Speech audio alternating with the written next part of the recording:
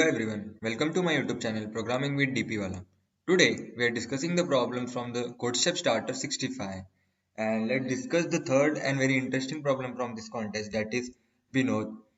In this problem we are given an array A of length n, and we are also given the q queries, and we need to take input according to it. Here in this problem, inside q queries, we need to take 5 integers as an input. One is k, second is L1, third one is R1, fourth one is L2, and the fifth one is R2. In this problem, what we need to do is that in the range L1 to R1, we need to choose one element, and in the range L2 to R2, we need to choose some element, and we need to form such pairs.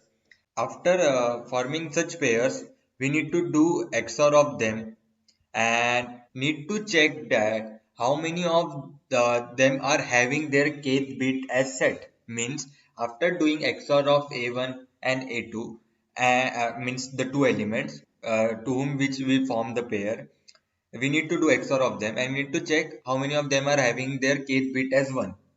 So here the constants are given in such a way that we can use here two loops as well, as we need to use the concept of prefix sum, and as we need to take the q queries as an input. So here they have given the constant according to it. These are the test cases. Let's discuss. Here they have taken the t as a test case as an input, and corresponding to it we need to take n, which is the length of the array, and q, which is the number of queries. Here this is the array of size 5 for this example, and corresponding two queries are there. And in queries, as we have discussed, that first element is k and remaining are L1, L2, L1 R1 and L2 R2. And we need to choose the elements in the range 1 to 3 in the array and 5 to 5 in the array, and form pairs for them. And I need to calculate XOR of them and check whether the numbers are how many of them are having their kth bit set. Let's discuss this problem with the help of this example only, and dry run over all the test cases, and with the help of two important concepts that is used in this problem. One is prefix sum, and which is, we can say, is a part of dynamic programming, and the second one is bit manipulation, as we are using XOR. So these both the concepts are very important. So let's discuss the implementation part. So here we can see that these are the inputs that we have discussed uh, now only, that we are given the array and these are the two queries. So let's dry run this on first query only, that is 11355. Here in the first query, 1 is the k is given as 1, that is 1, and here our L1 and R1 is the first one, which is marked in this range, that is for the element 1 to 4. This is the first range, and the second one is the range from 5 to 5, which is nothing but this element only 2. So here what we need to do now is that first we need to form the all the pairs. So here the pairs that are formed are 1 2, 2 2 and 4 2. Here are the pairs that are formed 1 2, 2 2 and 4 2. Then the second step that we need to do is calculate the XOR of both the numbers in the pair. It is 1 2. So we have done the XOR. So what the XOR comes after doing 1 and 2 is 3. So we convert it into binary form because we need to check whether the kth bit is set or not. So its binary form is 0 1 1. Similarly, we have done for 2 2, as 2 2 is are the same numbers, its XOR is 0, and for 4 2 it's 6.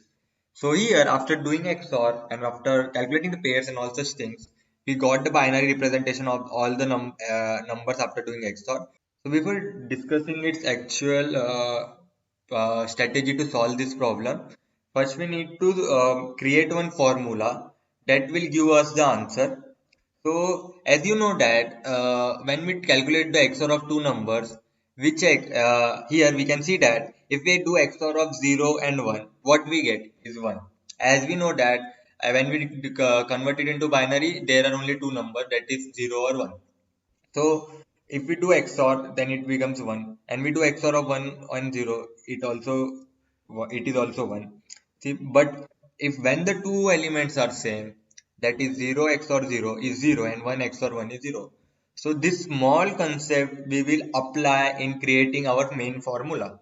We get set bits in that pair. Similarly, we do vice versa thing, as we have calculated total number of set bits here and then unset bit here. Now we do now we calculate count the number of set bits, or we can say sorry, unset bits in the range 1 and the set bits in the range 2. Means when we do XOR of 0 with 1, it will give 1. First we have done XOR of 1 with 0. Now we are doing 0 with 1. Both are same, as they are giving the answer as 1. This is also one condition.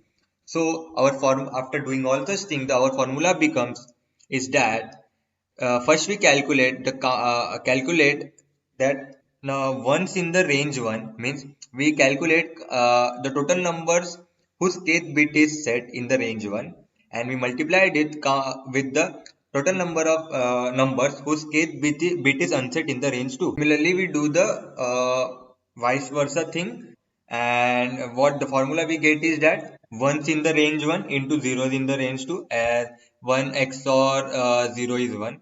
Similarly, we add it with zeros in the range 1, means 0 XOR 1, and ones in the range 2.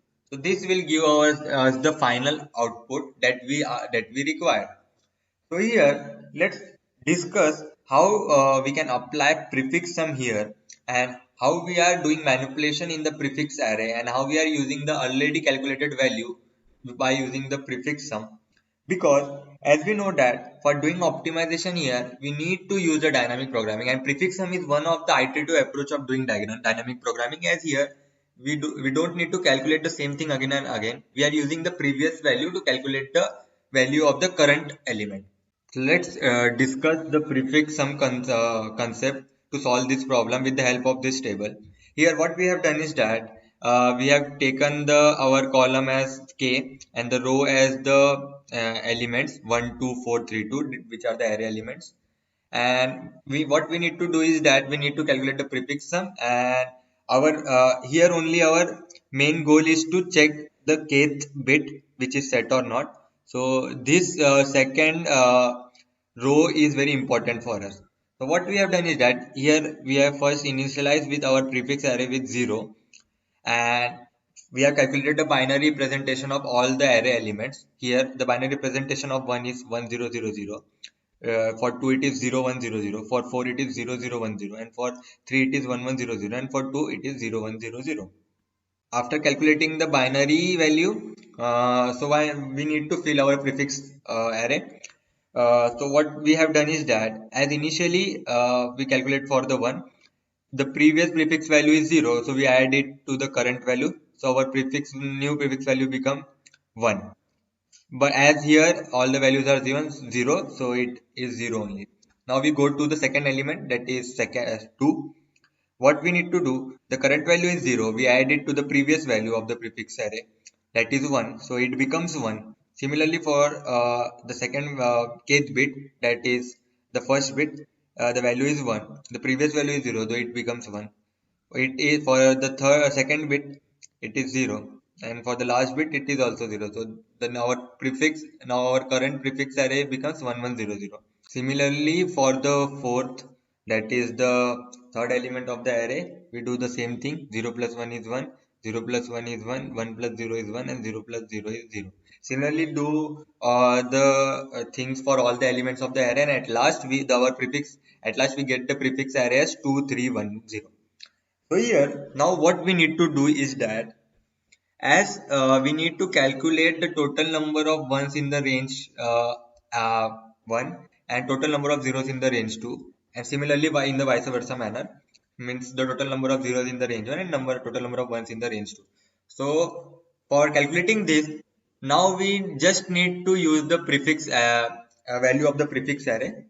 So now we need to use that formula that we have calculated. So first we need to calculate total number of ones in the range R1, and the numbers who are having their kth bit as set. So here our k value is 1, so we need to check in the second column of the table. So for last element of the in the range is 3. So we check for it. Its prefix value is 1. So total number of ones in the range 1 to 3 is that 1 minus the starting index of that value minus 1 means here. So 1 minus 0 is 1. So total number of set bits in that range is 1. So here we can see that total number of set bits in that range is 1, which is represent in the in that prefix array.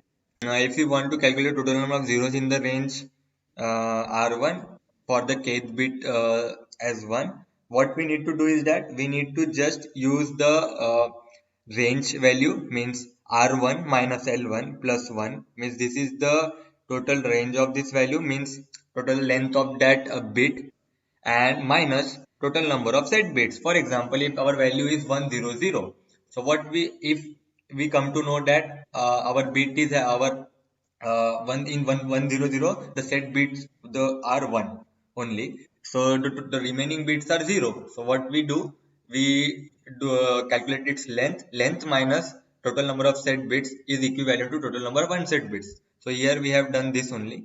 Similarly, we calculate it for the range 2 as well. For the range 2, the total number of ones in the range 2 for the kth bit 1 is that here our value is of the prefix value in the kth bit, we can say in the second row is 3. If you want to calculate total number of ones in this range, what we need to do is 3 minus the starting index of this value minus 1 means 3 minus 2. So that is 1 that we have done here. So total number of ones set bits in that range is 1 only. If we want to calculate the total number of zeros in that range, what we need to do? Length of that bit minus total number of set bits. So here set bits are 1. Length of that bit is 5 minus 5 plus 1 minus 1, that is 0. So total number of zeros in the range R2 for the kth bit 1 is that its value is 0. So now we got our 4 values that for the range 1, as we have discussed our formula that we need to calculate for the total number of set bits in the range 1, then multiply it with the total number of unset bits in the range 2. Similarly, for the range 1, we calculate total number of set unset bits and multiply it with the total number of set bits in the range 2. We put all these things into our formula and we get what we get is that 2. How? Here total number of set bits in the range 1 is 1. 1 into total number of unset bits in the range 2, that is 0. So 1 into 0 is 0 plus total number of unset bits in the range 1, that is 2. Total number of set bits in the range 2 is 1. So 2 into 1. So our actual answer becomes 2. So this is the actual prefix sum technique that is used to solve this problem. First, what we have done, we have first shortened down our problem into the sub problem. Means first we have calculated that formula, that how we gonna calculate our actual answers. Then we have applied the concept of prefix sum, and by the use of prefix sum, it's become easy to calculate the set and unset bit uh, that is required to put in that formula and get our corresponding output. So let's discuss its code and discuss how prefix sum technique is used and how it can be applied. Here is the actual implementation part of this question. So here we have taken globally declared the prefix array of 10010 cross 60. This size is taken from the constraints only. When you see constraint, it will be easy to understand. And here I have created the array that we need to take as an input from the user. So what I have done, I have taken its max size as 10001. This is also taken from the constraints only. So I have taken the test case as an input and the n and q as an input from the user, and I have taken the array elements as an input, and we are filling our prefix table.